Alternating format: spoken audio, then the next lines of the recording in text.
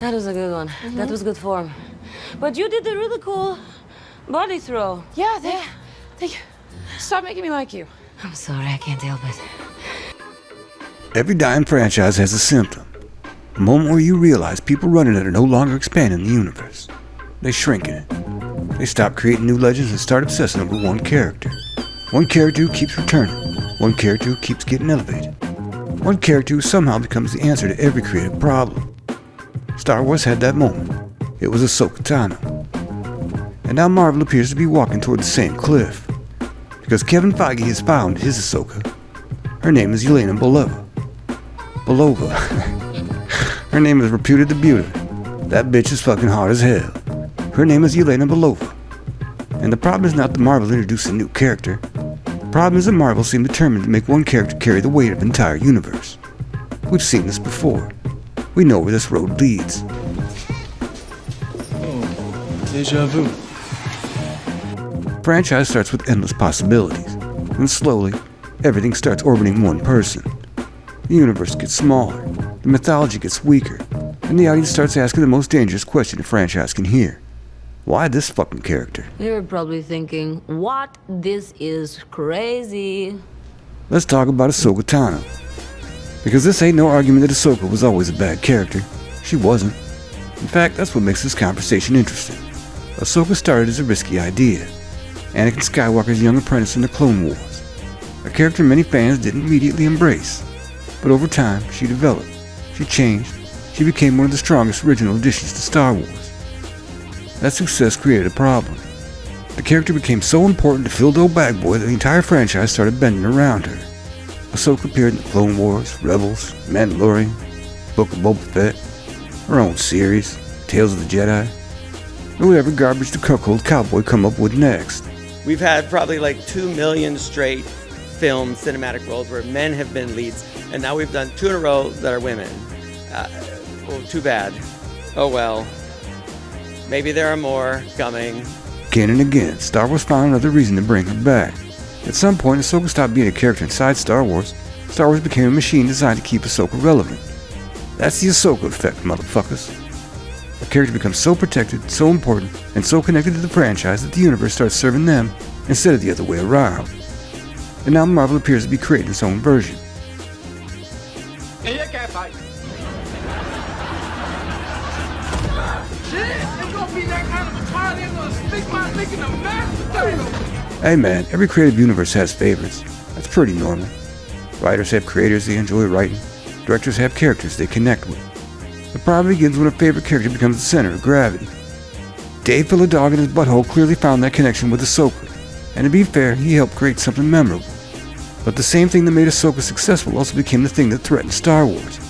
The character became unavoidable. Now look at Yelena Belova. Why the fuck is Marvel pushing her so aggressively? That's the question nobody wants to answer. Because the evidence keeps piling up. She appears in Black Widow, Hawkeye, Thunderbolts. Shit, Spider-Man Brand New Day has her frumpy ass in a hot tub with Peter Parker. She's being positioned for the future of the MCU. That pattern's obvious.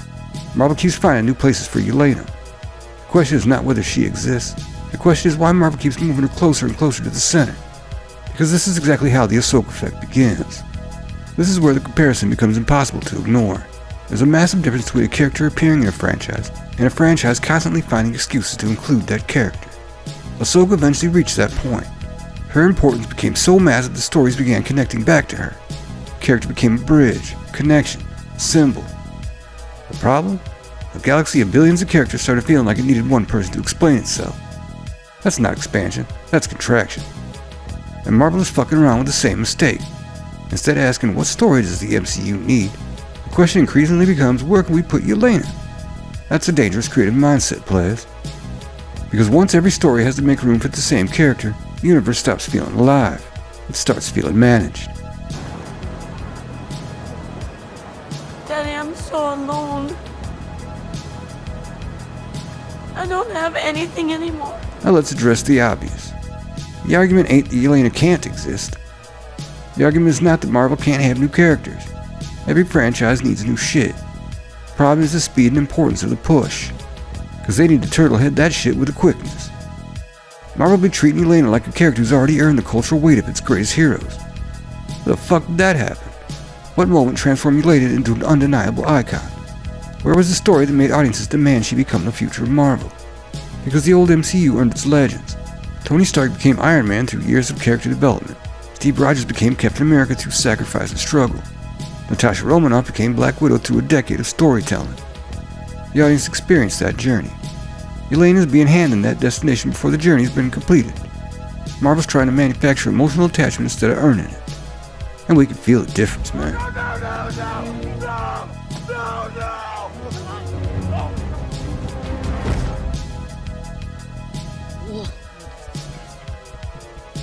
Now this is where people misunderstand the argument. Nobody knows who Kevin Feige personally likes. Nobody knows his favorite character. That's not relevant. What matters are the decisions, the projects, the appearances, the emphasis, the pattern. Dave Filoni repeatedly returned to Ahsoka because she was clearly important to the stories he wanted to tell. Marvel is repeatedly turning to Yelena because the studio clearly sees her as a major piece of the MCU's future. The creative choices reveal the priority, and that priority raises a bigger question. Is the franchise serving the character, or is the character serving the franchise? Because those are not the same thing. The final stage of the Ahsoka effect is protection. The character becomes too important to lose, too valuable to risk, too central to remove. Ahsoka became one of the safest characters in Star Wars. No matter what happened, she survived. No matter what era the story entered, she had a place. She became untouchable. Marvel appears to be placing Yelena in the same position. She's not being treated like a supporting character. She's being treated like a future pillar. More appearances, more importance, more responsibility. The franchise ain't asking whether audiences want more Yelena. It's assuming they do. That's the dangerous part. Because franchises don't lose audiences by creating new characters. They lose audiences when they stop allowing audiences to decide which characters matter. The greatest irony is that Marvel already knows how to create legends. It did it. That was the entire reason the MCU became unstoppable. It trusted the process. It let characters grow. It let audiences decide. Iron Man wasn't introduced as the future of everything. Captain America wasn't introduced as an icon. They became icons because the stories made them impossible to ignore. That's the difference. A legend is discovered, a replacement is assigned, and audiences know the difference. Star Wars learned this lesson the hard way. Ahsoka became such a dominant force that the franchise sometimes struggled to feel bigger than her. Marvel's greatest mistake was believing the audiences rejected the character. They didn't. They rejected the manipulation. They rejected being told which character matters before the story proved it. Star Wars made this mistake. It turned one character into a substitute for an entire mythology. Marvel is now approaching the same cliff. Because franchises don't die when they introduce new characters. They die when they stop creating worlds and start creating replacements. The Ahsoka effect is not about one character. It's about what happens when a franchise becomes so obsessed with its favorite child that it forgets it has an entire family. I love her so much.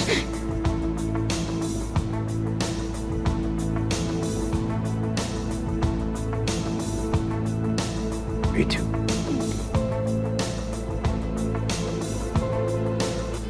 Hey man, if you down, like and subscribe. Catch you on the flip side, flapjacks.